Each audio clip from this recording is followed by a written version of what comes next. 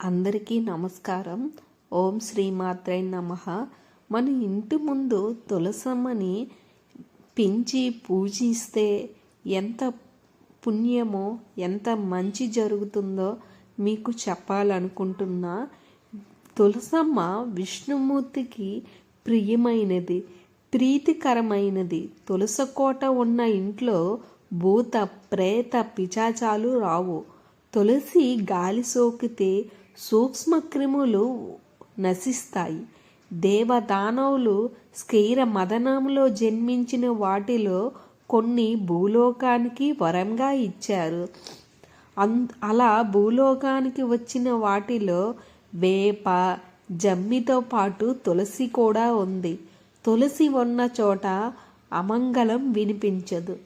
తులసి మాతను పూజించడం వల్ల ఆరోగ్యం కూడా బాగుంటుంది.